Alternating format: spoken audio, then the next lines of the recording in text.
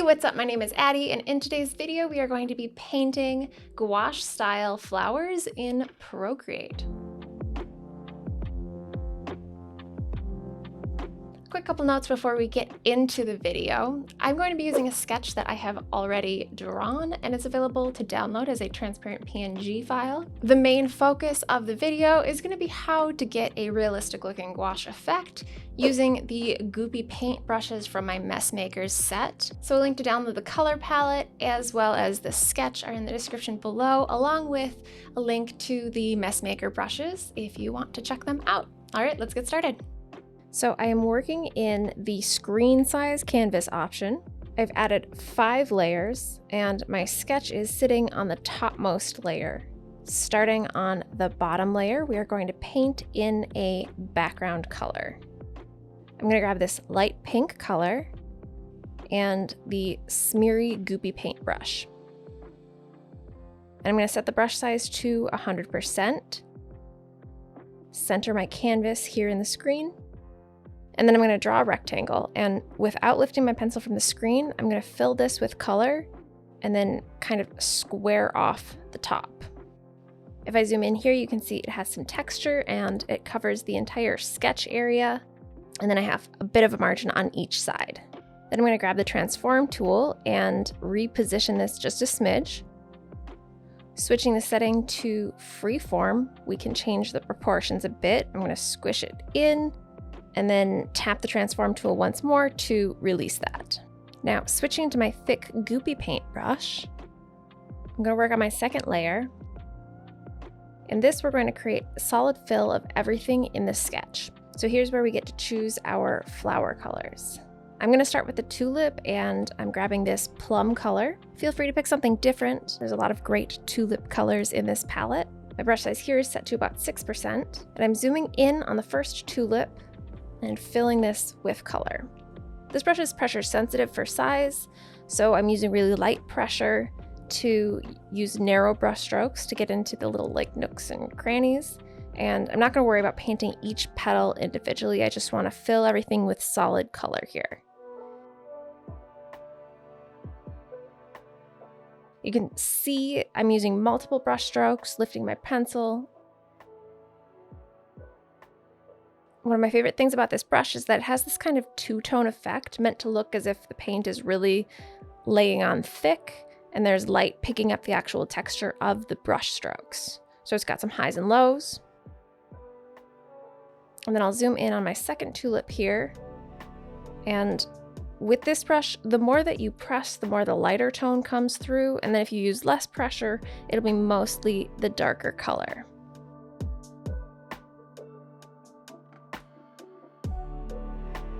With my tulip filled, I can move on to my Cosmo flower. I'm going to grab this lavender color and I can start filling in the petals here. Because this is a smaller space, I feel like I'm not getting as much of the lighter tone of this brush, but that's okay. We're going to be layering in some highlights and shadows on top of this later. Don't worry about layering your brush strokes on top of one another. You don't have to be perfectionistic about this. You can always use the goopy blender to smudge anything together that you feel like might look a little harsh. Because this has this hard or darker outer edge, it can sometimes look a little blunt. And so if you want to soften that, the blender is a good way to do that. Moving down to my second flower, I can start filling in this one as well. And this whole sketch, I did blow it up a bit. I increased the size a bit from where it was originally drawn. So it is a little bit pixelated. My plan is not to keep the original sketch or line work in this piece. And so the only issue with it being a little pixelated or blurred is that down here where the these smaller leaves and the base of the petals meet, it can be kind of hard to tell what's what. So I'm just using small strokes and going a little slow to fill in what is the petal and avoid what are the leaves.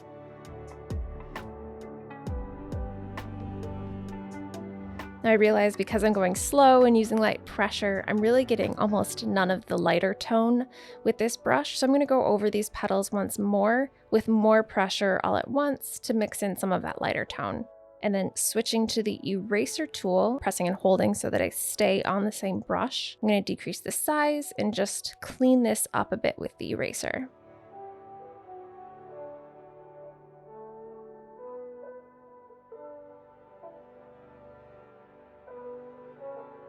Now I'm going to grab this gold color. With some of these lighter colors, sometimes it can be hard to see the contrast in between the two, so you don't necessarily see the definition of the two-tone. That's just something to keep in mind when you're picking colors. I don't mind for this, it's such a small portion of the painting, but if you want to really have a higher contrast, then go for darker shades. Then I'm going to switch to this bright green. And I'm going to start painting in the stem and leaves of the cosmos here.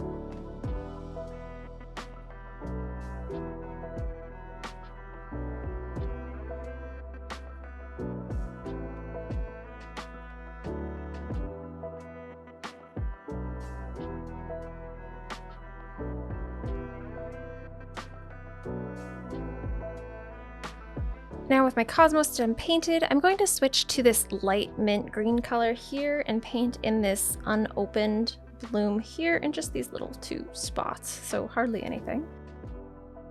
And then we're going to switch to this mid army green. I don't know if this is an accurate tulip stem color, but we are doing what we want.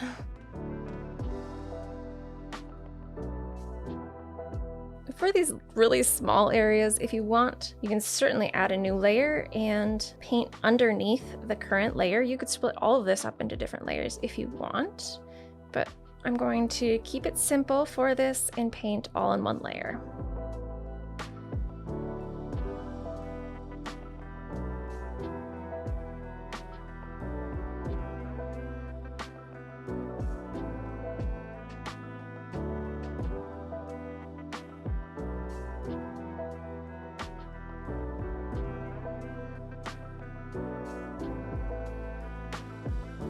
All right, we have all of our base colors painted in. Now I am going to move up to my layer 3 above this base layer, and we're going to make this into a clipping mask. So I'm going to tap it to bring up the side menu, and then I'm going to select clipping mask, and then I'm going to tap this N to bring up the blend modes, and we're going to change this to multiply.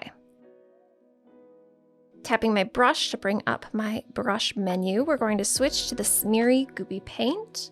I'm going to decrease my size down to, we'll see, maybe 9 we'll start with. And we'll go back to this same plum color. Because this is a multiply layer, it's going to lay down quite a bit thicker than before. And I'm going to start adding some shade here. I'm primarily adding this where petals overlap each other and would naturally have a cast shadow on them. Also a little bit towards the base. We'll revisit all of this with the blender, so don't worry about being perfect or if your strokes look a little funny and bold like this.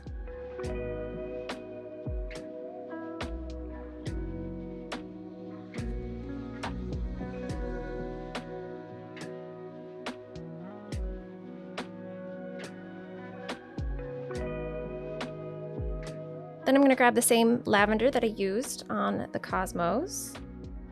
Still on the multiply layer, so the layer is multiplying the value of this color with the color below to create the darker shade.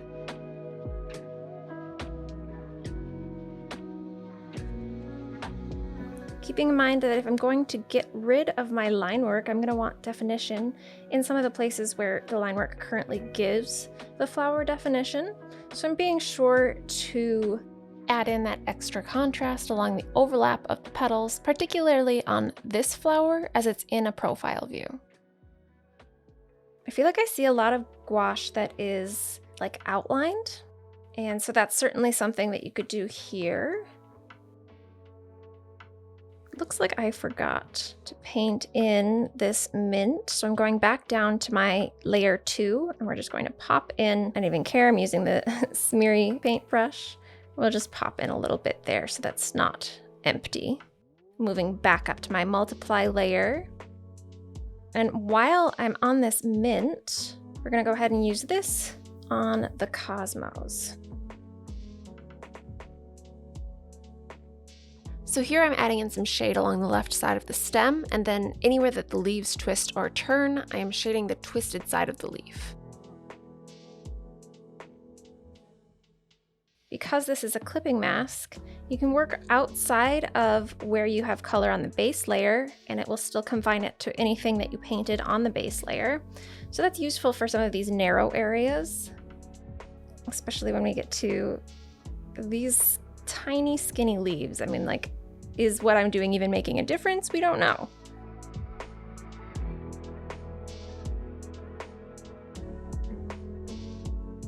I'm going to keep this mint because I like the lower contrast here, and move on to the tulip stems.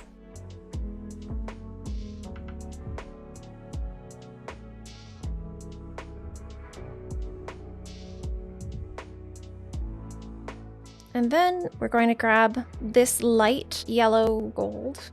We're going to use this to just add some little blobby bits to our yellow center here. Maybe someday I'll learn the correct words for what flower parts are named. And then, now that we've added shade, we can switch to our smudge tool. I have this set to the Goopy blender. Size here set to about 18%. And I'm going to use this to just pull some of the shade or definition around so it is a little messier. It's kind of like we're going over partially dried paint or wet paint with a dry brush.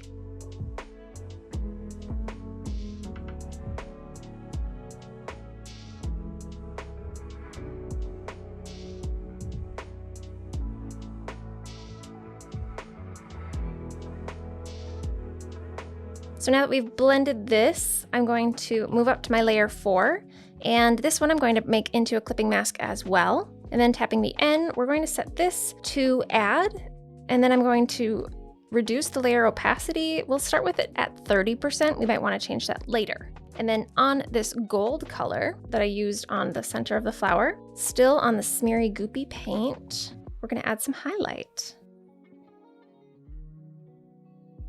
My plan for this layer is to smudge it as well to soften the highlight. Though, same as with the shadow layer, you can certainly skip that for a more bold look as well.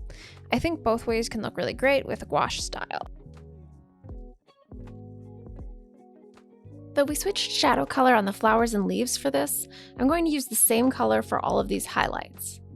I'm trying to envision that the light is coming from the upper center right-ish and figure out where to paint the highlights according to that. But implementing realistic lighting in paintings is something that I'm still learning, so this is going to be far from perfect. Feel free to roughly follow my placement for the highlights as we go, or you can pick a different light source and style for your flowers and experiment with that.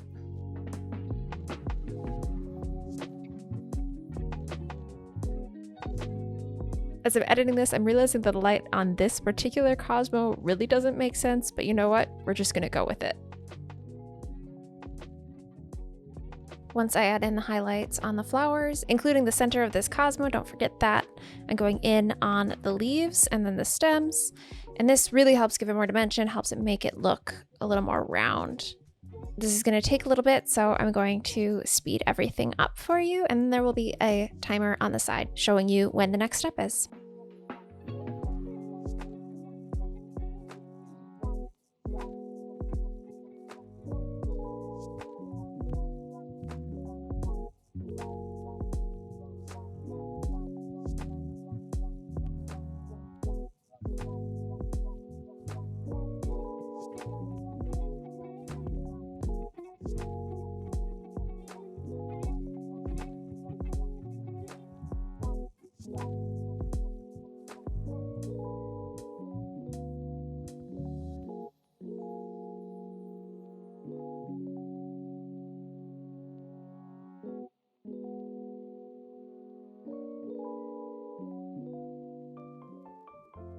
Now I'm going to go into my layers panel and hide the sketch.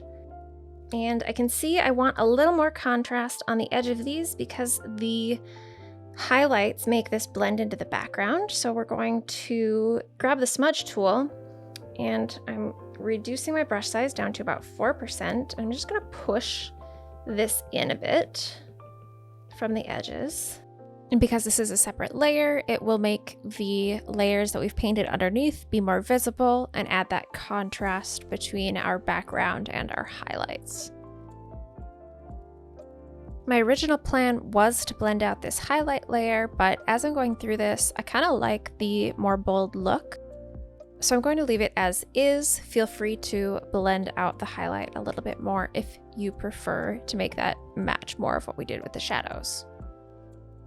And then I actually think I want to change my background color just to help this stand out a little bit more. So we're going to select this layer and then tap this wand to bring up the adjustments menu, and then hue, saturation, and brightness. We're going to make a layer adjustment here. We can play with the hue slider. Just setting it at 49, I like it a little bit more pink. And then we're going to decrease the brightness down to 48 and decrease the saturation to 46. If you want to see a preview of before and after, you can tap one finger to the screen and this small options menu will pop up, and you can tap preview and release to see how it looks. And I definitely like that better. And there we have gouache flowers in Procreate. Thank you so much for watching. I hope this was helpful. Hopefully you learned something. Let me know what you think in the comments below. Be sure to get the color palette and the sketch for this project, and also check out the Messmakers pack. That's all linked in the description. If you liked this video, give it a thumbs up and subscribe for more Procreate tutorials. I'll see you in the next one. Bye.